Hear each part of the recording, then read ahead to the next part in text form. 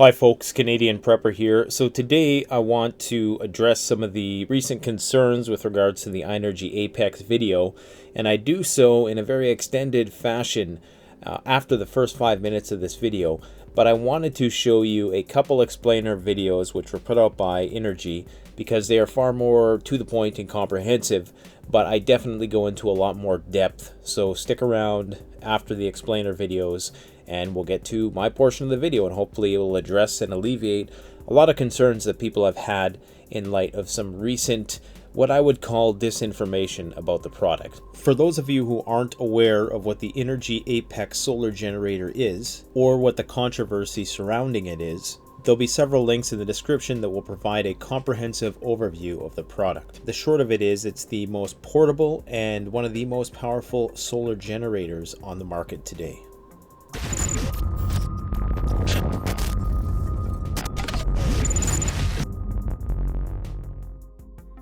The Inergy Apex has an 1100 watt-hour lithium-ion battery and a 1500 watt pure sine wave inverter.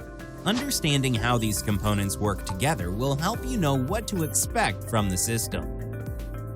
Why does Inergy suggest a 550 watt discharge rate when the inverter is rated at 1500 watts output?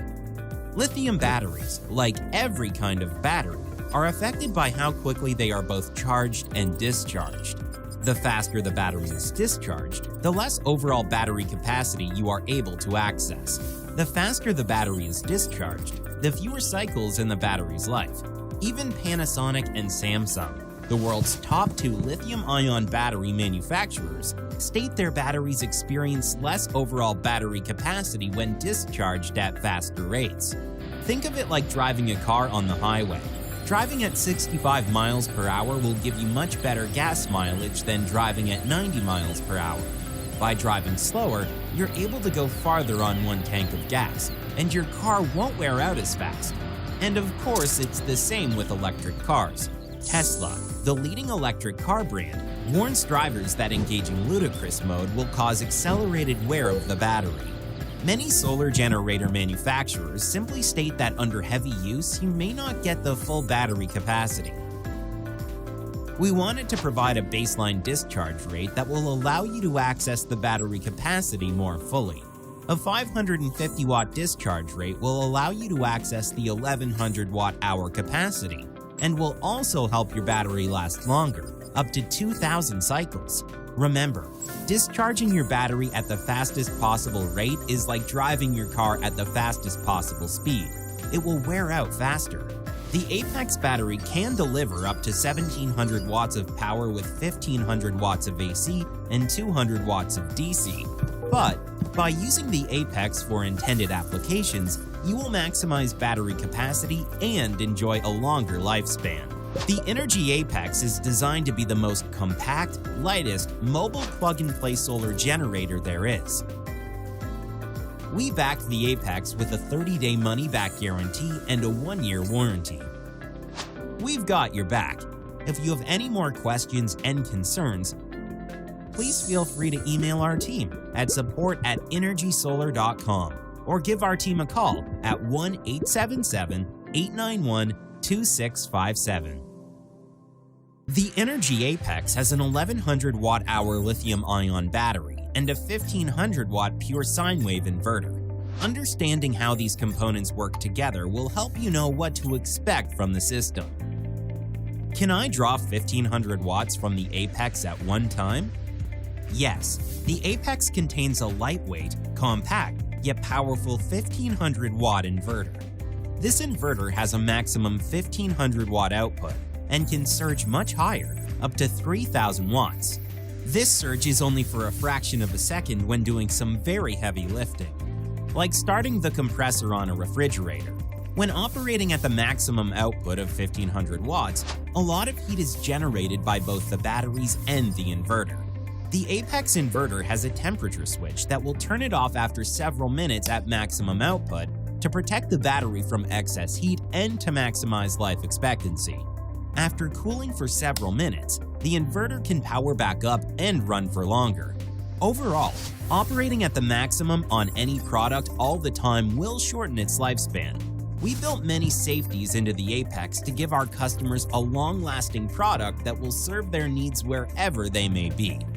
The Apex's runtime for heavy loads depends on several factors, including the state of charge for the battery, the temperatures of the battery and the surrounding environment, and whether the load is AC or DC.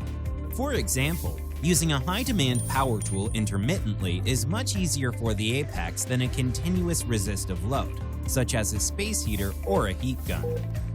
If you really need to power a continuous resistive load for an extended amount of time, you should consider a gas generator or something specifically designed to meet your power needs.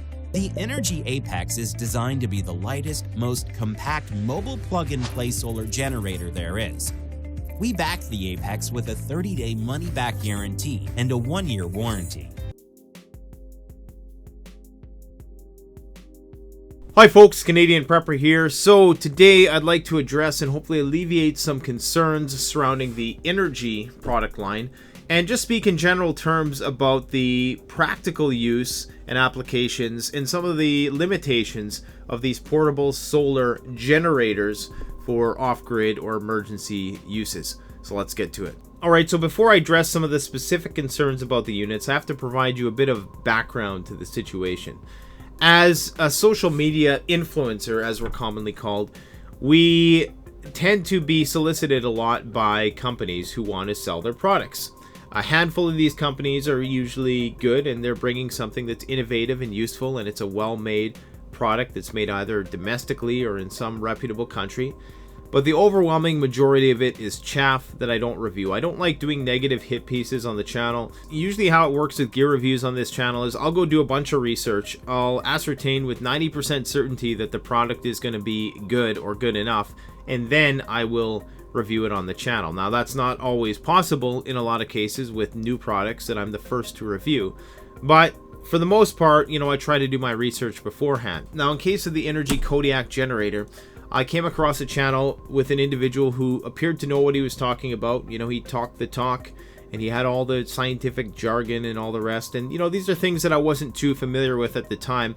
And I dug a little deeper and it turned out that it was a very reputable unit. And a lot of people seem to enjoy it. The majority of reviews on these products are good. And this individual continued to effectively promote the Inergy Kodiak for the next year and a half as a product that fulfilled a certain need, not one that fulfilled all needs. So he spoke very openly about its limitations, but at the same time gave it praises for what it was, the most portable, lightweight power system of its sort on the market. And that portability was the big attractor to me, because the fact is, this 20 pounds, this 25 pound Apex, to tack on another 20 pounds to that, most people are not going to use the device. One of the criticisms is that, oh, you're just going to buy this and put it in a closet and not use it until there's an emergency. But I can tell you that's the farthest thing from the truth. I literally use this thing every day, and the Apex a lot more than I use the Kodiak because of the quick charging output ports. It's nice to have a portable power system that I can plug stuff into on the go. It beats having to use extension cords for certain power tools around the yard and etc. So it's something that I use quite frequently. So I was quite surprised when the same individual who was promoting this and who was the reason why I got on board with the company in the first place did a total 180 and completely threw the company under the bus for reasons I'm going to talk about. So this individual then made a video which attacked the Inergy brand quite aggressively, and it went viral because there is a lot of negative sentiment right now just in general towards social media influencers doing things just to get a free product. And if you go on Amazon or even if you come on YouTube, there's a lot of people who are just doing gear reviews and just giving positive reviews just so that they can get a free product. I'm at the point with my channel where I can pick and choose what I want to review. I get solicited a dozen times a day to review products, and most of them never make it past the filter. I can count the brands that I've promoted on this channel on two hands for the most part. So because there is this growing discontent with affiliate marketing, unfortunately Inergy happened to be in the wrong place at the wrong time, and was singled out in a misinformative way, and they unfortunately are taking the flack for all the junk which is peddled. Insofar as my own testing of these products is concerned, I mean, as of right now, I would say they were great products, and I would put my reputation next to that because I haven't had anything to show me otherwise. There's definitely a lot of things that could use improvement with this product and any product. I mean, this thing could be built in a far more streamlined way. It could be designed in such a way where the cooling system was probably a lot more efficient. But you know, these are things which are going to come in future iterations. Having consulted with the company to see what the responses were, I was pleasantly surprised to find that they did have very clear and concise reasons, which are very sensible in my personal opinion, in my layman's opinion, as to why they built this generator in the way they did. So I'm going to go over a few of those points with you today. So one of the most dramatic things that happened in this individual's video is that while making the video, the switch broke off. And of course, that was kind of the dramatic effect of the video, which I really think made it go viral.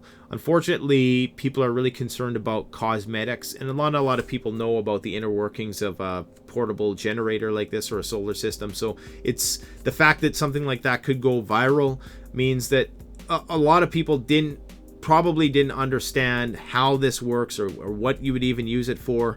So that the switch breaks off halfway through the video, and then all of a sudden it's a cheap piece of junk and you shouldn't buy this. So the reason why they made this 3-position switch is on the original Kodiak, these 2 DC outputs were always live. Now that can pose some safety risks if something metal were to get caught in here, or if a kid, went and poked their fingers in there or something. So they had this recess button, which basically made everything turn on. So now you have AC, you have USB, you have your DC outputs as well. And if you turn it off, you only have your DC outputs.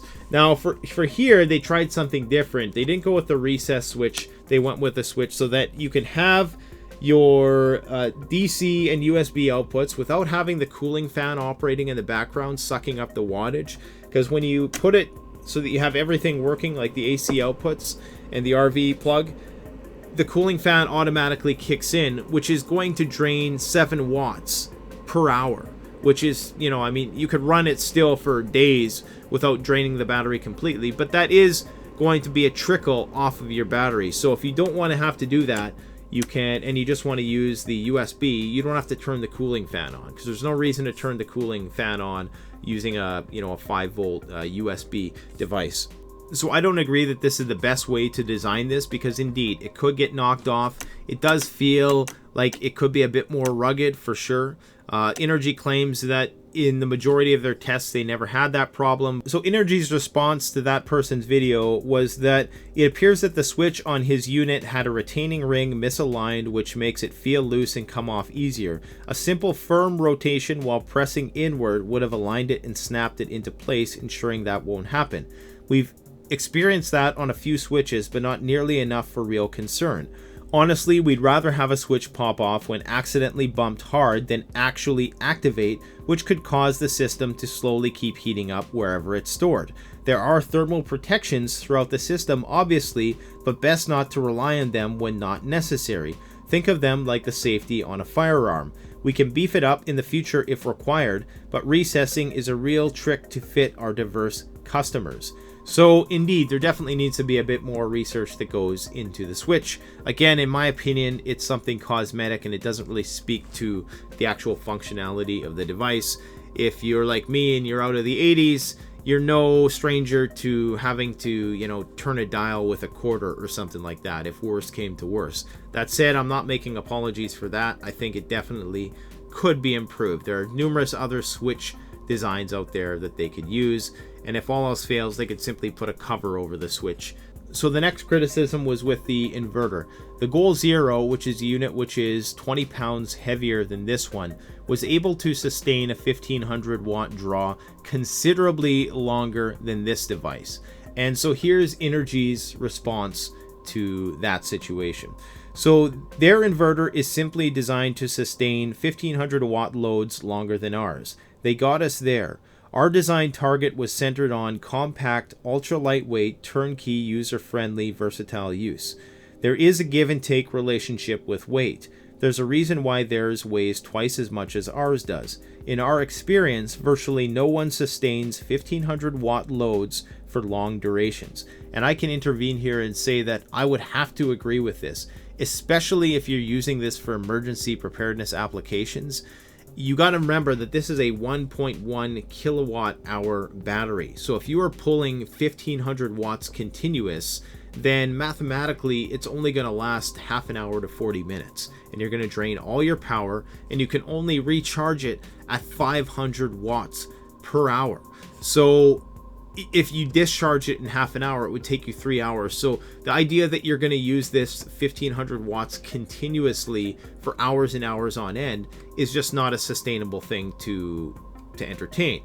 And if you look at the Goal Zero product, the big concern there is that it charges half as fast as this. So even though it can discharge that 1500 watts continuously for half an hour straight, it's going to take you over 6 hours to recharge it. So it's not a sustainable use of the device. Now, with regards to what they're saying about how most people don't need 1500 watts continuous, it's true, because if you're using a microwave for a couple minutes to nuke something, or if you're using a fridge which kicks in and takes a bit of wattage and then it goes back down, or if you're using a power tool or something like that, most devices only need that much energy in short bursts. And that's what I found with both of these units, is that they've provided me with just enough power to get the job done while being portable. Because if they weren't as portable as they were, if this weighed 45 pounds, I would not lug it around the house.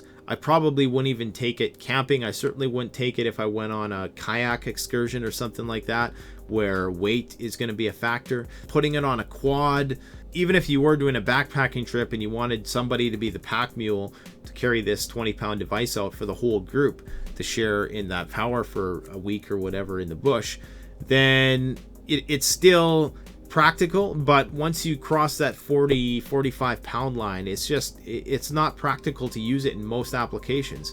And when you talk about, one of his criticisms is that, preppers are going to get this and they're just going to put this in the closet and never use it. I can tell you that I use this device literally every day.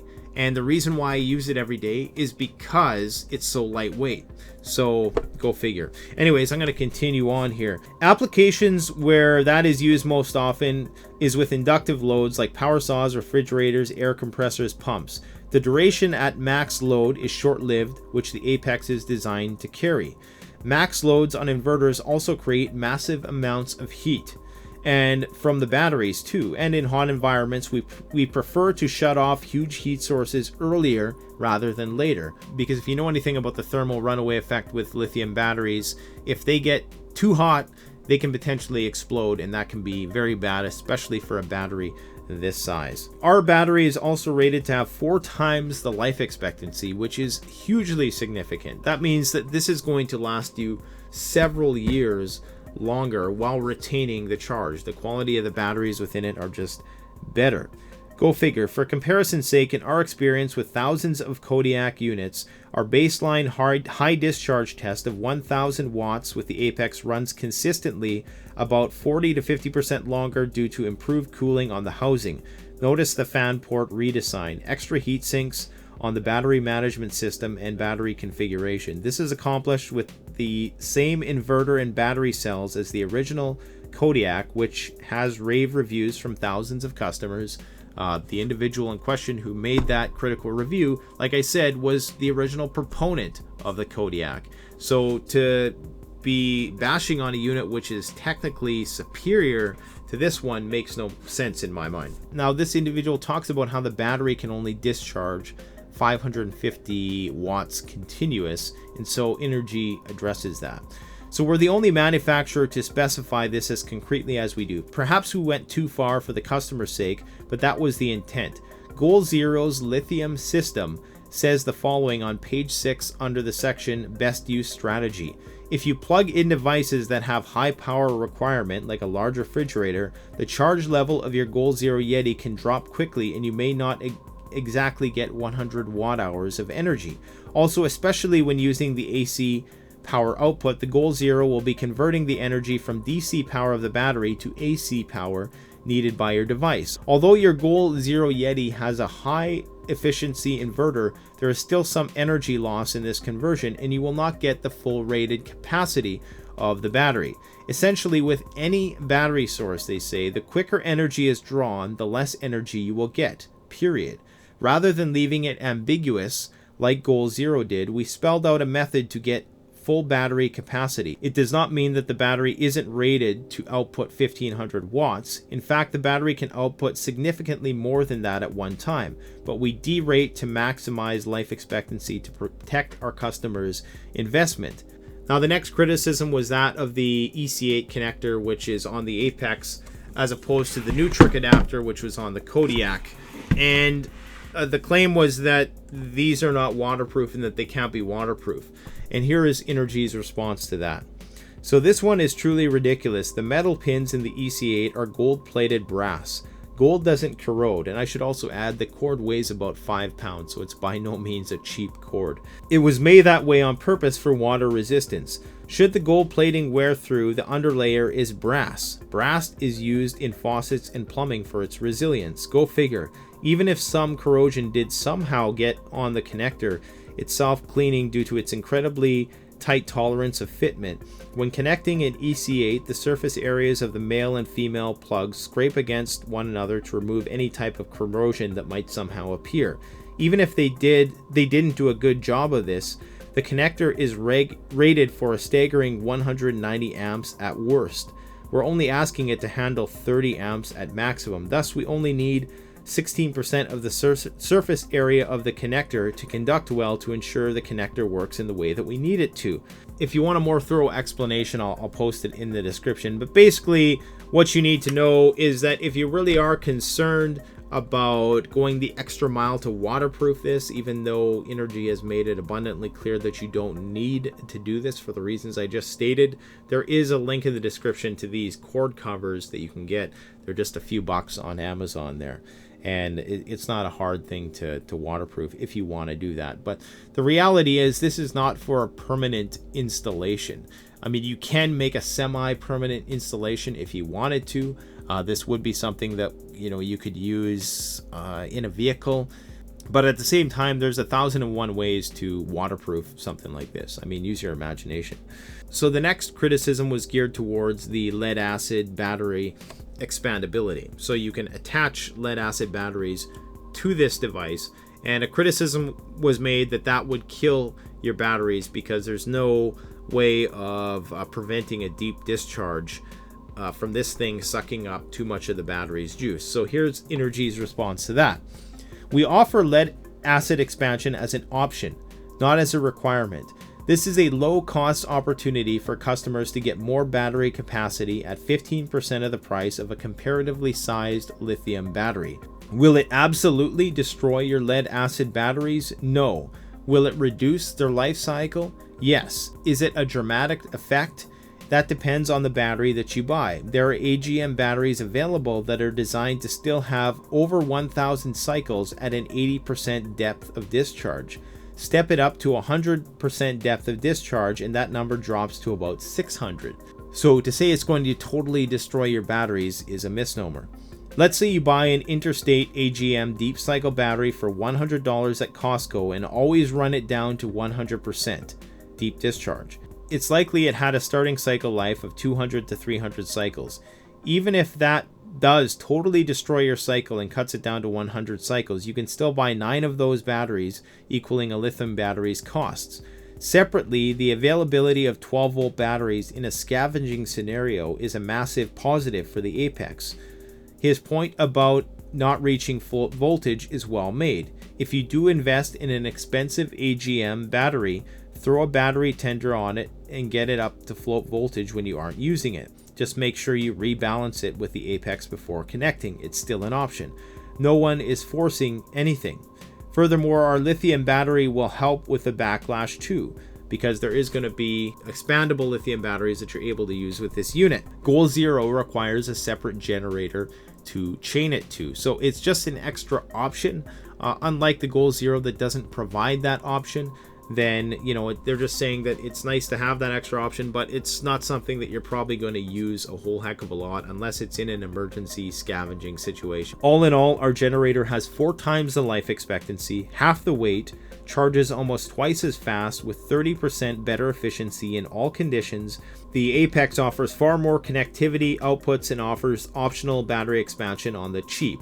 Plus, there is USB quick charge and USB-C. So hopefully that addresses and alleviates some of the concerns surrounding the Apex, because I can guarantee you when you get this thing, and especially if you get the dedicated solar panels with it, you're gonna love this thing because it's plug and play, it's user friendly, and heck, I don't know, this is probably one of the best preps I think I own. It's one of the first things we go to get if there is a power outage. So if you have any questions or concerns with regards to the Inergy product line, post them in the comment section below. What I'll do is I will take all those questions, I'll throw them at the company, they'll send me some responses, and then we'll just do a future Q&A video. Thanks for watching. Don't forget to like, comment, subscribe, and if you did want to get this unit, you can use coupon code Canadian Prepper at the checkout and save yourself 20%. Thanks for watching. Canadian Prepper out. The best way to support this YouTube channel is to support yourself by gearing up through CanadianPreparedness.com or BugoutRoll.ca. Premium quality gear at the best possible price using the incredibly secure and easy to use Shopify platform. We offer free shipping to the United States for orders over $200 USD and free shipping to Canada over $75. So support the channel by supporting yourself.